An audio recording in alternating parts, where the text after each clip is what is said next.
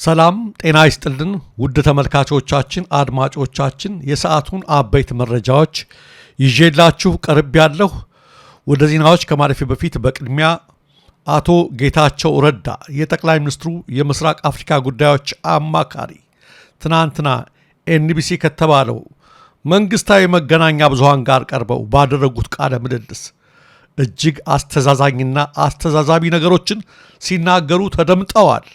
እያንዳንዳቸው የተናገሩት ነገሮች ሸፍጦች ናቸው፣ ክህደቶች ናቸው። አቶ ጌታቸው ከራሳቸው ጋር ጭምር የተጣሉባቸው ናቸው። ሁሉንም በሚቀጥሉት ቀናት እንመለከታቸዋለን። ምን አሉ ካላችሁ የትግራይን ጄኖሳይድ የፈጸሙት ፋኖና ሻቢያ ናቸው አሉ። ሌላስ ምን አሉ? ፋኖ ከፌደራል መንግስት ጋር ግጭት ውስጥ የገባው የፕሪቶሪያ ስምምነት ተፈረመ ብሎ ነው፣ ሌላ ጥያቄ የለውም አሉ። ፕሪቶሪያን ተፈራረምኩ ብሎ ፋኖ ላይ የዘመተው ብልጽግና ነው። ክህደት የፈጸመው ብልጽግና ነው። ይህም ራሱ በስፋት የሚያነጋግር ነው። ሌላ ቀን እንመጣበታለን። ሌላው ተፈናቃዮች እንዳይመለሱ አግቶ የያዘው ህወሓት ነው። ህወሓት ተፈናቃዮችን አግቶ እያስራበ ነው ብለዋል። ሌላው ፋኖ ጋሼን አደረሰ ብሎ መንግስት የሚፈርስ የሚመስለው ብዙ ሰው አለ የሚለው ነው። እሱን ጊዜው ሲደርስ እናወራለን። ሌላው በጣም በራሱ ላይ ክህደትና ሸፍጥ የፈጸመው አብይ ቀጥቅጦ ነው ያሸነፈን የሚለው አባባል ነው። እርግጥ በትሩን እሱ ነው የሚያውቀው። ነገር ግን ጌታቸው ያኔ ጀግና እየተጫወተ እልፍ የትግራይ ወጣቶች ተፈጅተዋል ወይም አስፈጅተዋል። ክቡር መስዋዕትነት ሲል ነበር የቆየው። የእነሱም መስዋዕትነት ሁሉ ተቀጥቅጠን ነው የተሸነፍነው በማለት በራሱ ላይ በድርጅቱ ላይ ሲመራው በነበረው ጦርነት ላይ ሁሉ ነው ሸፍጥ የፈጸመው። ጌታቸው ብዙ ጊዜ ሲስት አይቼዋለሁ። በዚህ ደረጃ ወርዶ አላየሁትም፣ በበኩሌ ማለት ነው። በዚህ ደረጃ ወርዶ ድሮ የራሱን አቋም ቢከተልም የራሱ ሀሳብ ነበረው። በዚህ ደረጃ ሎሌና አገልጋይ ሆኖ በዚህ ደረጃ ከናየለ ጫሚሶ በታች አንሶ አይቼው አላቅም። ሁሉንም በሚቀጥሉት ቀናት እናያቸዋለን ተመልካቾቻችን። አሁን ወደ ሰዓቱ ዜናዎች እንለፍ። የሱዳን ብሔራዊ ጦር አዛዥ ጀነራል አብዱልፈታህ አልቡርሃን የሀገራቸው መከላከያ ወደ ኢትዮጵያ ድንበር ተሻግሮ በፈጥኖ ደራሽ ኃይሉ ላይ ጥቃት ለመፈጸም መዘጋጀቱን አስታወቁ። አልቡርሃን በዚሁ መግለጫቸው እንደ ኢትዮጵያ ያሉ ጎረቤት ሀገራት በሱዳን የውስጥ ጉዳይ ጣልቃ ከመግባት እንዲቆጠቡ አስጠንቅቀዋል። የሱዳን ከፍተኛ ባለሥልጣናትን ጠቅሶ ሱዳን ትሪቢዩን እንደዘገበው የሱዳን ጦር በኢትዮጵያ ብሉ ናይል ግዛት ውስጥ ካሉት ኩርሙክና ጌሳን ከተባሉ የድንበር ከተሞች እየተነሱ ጥቃት በሚከፍቱት በፈጥኖ ደራሽ ኃይል ተዋጊዎች ላይ መጠነ ሰፊ ዘመቻ ለመክፈት ዝግጅቱን አጠናቋል። የሱዳን ሽግግር ምክር ቤት ሊቀመንበርና የብሔራዊ ጦር ዋና አዛዥ ጀነራል አልቡርሃን በጉዳዩ ዙሪያ ባደረጉት ንግግር ሱዳን ሉዓላዊነቷና ድንበሯን የመከላከልና የመጠበቅ መብት እንዳላት በማስረገጥ የፈጥኖ ደራሽ ኃይሎችን በመደገፍ በሱዳን የውስጥ ጉዳይ ጣልቃ እየገቡ ያሉ ሀገራት ከድርጊታቸው እንዲቆጠቡ አሳስበዋል። ቅዳሜ ዕለት በጋና አንካራ በሚገኘው የሱዳን ኤምባሲ ለተሰባሰቡ ሱዳናውያን ንግግር ያደረጉት ጀነራል አብዱልፈታህ አልቡርሃን በሱዳን እየቀጠለ ባለው ጦርነት ጎረቤት ሀገራት አሰላለፋቸውን ዳግም እንዲያጤኑት ሲሉ አስጠንቅቀዋል። አንድ ከፍተኛ የሱዳን ባለስልጣን ለሱዳን ትሪቢዩን እንደነገሩት የሱዳን ብሔራዊ ጦር የከፈተባቸውን ጥቃት ሸሽተው ወደ ኢትዮጵያ ብሉ ናይል ግዛት የድንበር ከተሞች የገቡት የፈጥኖ ደራሽ ኃይል ታጣቂዎች ካለፈው ሰኔ ወር አንስቶ ገድንበር ከተሞች ሆነው ትንኮሳ ሲፈጽሙ ቆይተዋል። አማጽያኑ ከዛም አልፈው በደቡብ ሱዳን ድንበር አቅራቢያ ባሉት የኢትዮጵያ ከተሞች እንደሰፈሩ አረጋግጠናል ያሉት ባለስልጣኑ የሱዳን ጦር በሚቀጥሉት ሳምንታት እስካሉበት ቦታ ድረስ በመዝለቅ ለመደምሰስ ዝግጅት አጠናቋል ብለዋል። የመንግስታቱ ድርጅት የጸጥታው ጥበቃ ምክር ቤት ባለፈው ሳምንት ባወጣው መግለጫ የሱዳን የእርስ በርስ ጦርነት ወደ ኢትዮጵያ እንዳይዛመት ከፍ ያለ ስጋት ተደቅነዋል ማለቱን ሱዳን ትሪቢዩን አስታውሷል። ኢትዮጵያ ለፈጥኖ ደራሽ ኃይሉ የጦር መሳሪያና ስንቅ በማስተላለፍ ድጋፍ እያደረገች ነው በማለት ሲከስ የቆየው የሱዳን መንግስት ከቅርብ ሳምንታት ወዲህ ደግሞ ለአማጽያኑ በቤኒሻንጉል ጉሙዝ ክልል የጦር ሰፈር በመፍቀዷ ግልጽ ማስጠንቀቂያ በመስጠት ላይ ይገኛል። በሌላ በኩል ግብፅ የናይል ተፋሰስ ሀገራትን አስጠነቀቀች። የግብፁ የውጭ ጉዳይ ሚኒስትር ባደር አብደላቲ ግብፅ በናይል ወንዝ አጠቃቀም ላይ ሊታለፉ የማይችሉ ቀይ መስመሮች አሏት በማለት ትናንት ለአንድ ሀገራቸው የቴሌቪዥን ጣቢያ በሰጡት ቃል የናይል ተፋሰስ ሀገራትን አስጠንቅቀዋል። አብደላቲ አንዱ የግብፅ ቀይ መስመር ከድርሻዋ አንድም ጠብታ ውሃ አለማስወሰድ መሆኑን ጠቅሰዋል። ግብፅ ቀይ መስመሮቿን የማለፍ ሙከራ ካየች ፈጣን እርምጃ ተወስዳለች በማለትም አብደላቲት ዝተዋል። ሚኒስትሩ በናይል ወንዝ ላይ ከእንግዲህ ከግብፅ እውቅና ውጭ ማንም የተፋሰሱ ሀገር ግድብ እንዳይገነባ ጭምር አሳስበዋል። በተለይ የኢትዮጵያው ታላቁ የህዳሴ ግድብ ከተመረቀ ወዲህ የግብፅ ባለስልጣናት በግድቡ አስተዳደርና በአጠቃላይ በወንዙ ውሃ አጠቃቀም ላይ ያነጣጠሩ ተከታታይ ማስጠንቀቂያዎችን በማውጣት ላይ ይገኛሉ።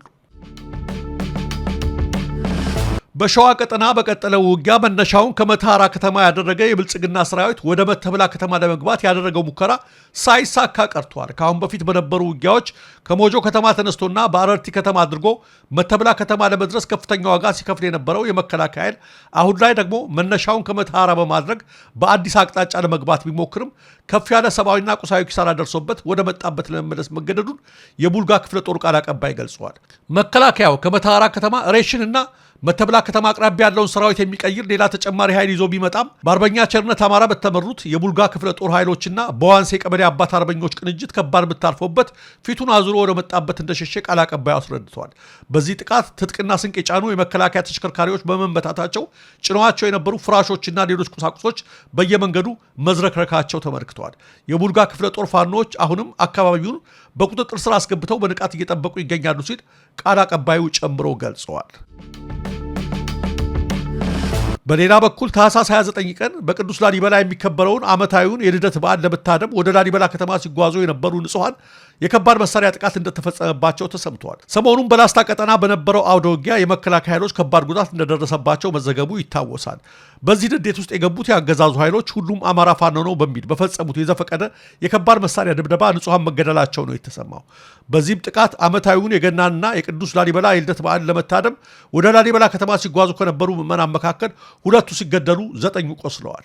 ከቀናት በፊት ማለትም ታህሳስ 19 ቀን 2018 ዓ.ም በላስታ ቀጠና በተደረገው አውደ ውጊያ 282 በላይ የአገዛዙ ወታደሮች የተደመሰሱት ብርኮ ተብሎ በሚጠራው የቡግና ወረዳ ቀበሌ ላይ ነበር። አሁንም የላሊበላ ተጓዥ ምዕመናኑ ጥቃት የተፈጸመባቸው በዚሁ በቡርኮ አካባቢ ሲደርሱ ነው ተብሏል። የአገዛዙ ኃይል ቀደም ሲል በአካባቢው ሙትና ቁስለኛውን ካነሳ በኋላ የቡርኮ ቀበሌን በከባድ መሳሪያ እየደበደበ ነበር ያሉት ነዋሪዎቹ የቡርኮ አንደኛ ደረጃ ትምህርት ቤትም የአገዛዙ ኃይሎች በፈጸሙት የዘፈቀደ ከባድ መሳሪያ ድብደባ ሙሉ በሙሉ መውደሙን አመልክተዋል። የአገዛዙ ወታደሮች ከዚህም በተጨማሪ ልጆቻችሁ ጓዶቻችን ገድለውብናል በሚል 2 እናቶችን በአሰቃቂ ሁኔታ መግደላቸውን የተናገሩት ነዋሪዎቹ ሟቾቹ የ32 እና የ35 ዓመት ዕድሜ ያላቸው ወላድ እናቶች መሆናቸውን ገልጸዋል።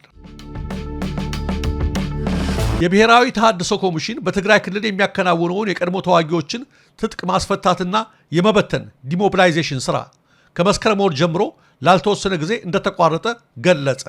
በዚህ ምክንያት በክልሉ የሚገኙ የቀድሞ ተዋጊዎችን መረጃ በዲጂታል መንገድ የሚመዘግቡ 67 ባለሙያዎችን የኮንትራት የስራውን ከአንድ ሳምንት በኋላ እንደሚያቋርጥም ኮሚሽኑ አስታውቋል። የብሔራዊ ተሃድሶ ኮሚሽን ምክትል ኮሚሽነር የሆኑት አቶ ተስፋለም ሂደጎ ከትግራይ ክልል በመጀመሪያው ዙር ትጥቅ ፈተውና ስልጠና ወስደው ወደ ህብረተሰቡ የተቀላቀሉ የቀድሞ ታጣቂዎች ብዛት ከ63 ሺህ በላይ እንደሆነ ለኢትዮጵያ ኢንሳይደር ተናግረዋል። እነዚህ የቀድሞ ታጣቂዎች ስልጠና የወሰዱት በመቀሌ፣ ደጋ ሐሙስና አድዋ ከተሞች በሚገኙ ማዕከላት እንደሆነም ገልጸዋል። በመጀመሪያ ዙር የቀድሞ ታጣቂዎችን ዲሞቢላይዝ ለማድረግ ከተያዘው እቅድ አንጻር በክልሉ 11 ሺህ ገደማ የሚሆኑ ታጣቂዎች ላይ ትጥቅ የማስፈታቱና የመበተኑ ስራ እስካሁን አለመከናወኑን ምክትል ኮሚሽነሩ አስረድተዋል። ይህ ስራ ማለቅ የነበረበት እስካለፈው መስከረም ወር ድረስ እንደነበረም አቶ ተስፋለም አክለዋል። የፖለቲካ ትኩሳት በዚህም በዛም መኖሩ ሂደቱን ማስቀጠል እንዳይቻል ፈታኝ ሁኔታ መፍጠሩን ምክትል ኮሚሽነሩ ገልጸዋል። ዲሞቢላይዝ ለማድረግ አመራሮቹም ታጣቂዎቹም ፈቃደኛ ሆነው መምጣት ይጠበቅባቸዋል ሲሉ ሂደቱ ለምን እንደተቋረጠም አብራርተዋል። ኮሚሽኑ ለዚሁ ስራ ለቀጠራቸው የኮንትራት ሰራተኞች ባለፈው ሐሙስ ታህሳስ 16 ቀን 2018 ዓ.ም በጻፈው ደብዳቤ በክልሉ የነበረው የዲሞቢላይዜሽን ስራ ላልተወሰነ ጊዜ መቋረጡን ገልጸዋል።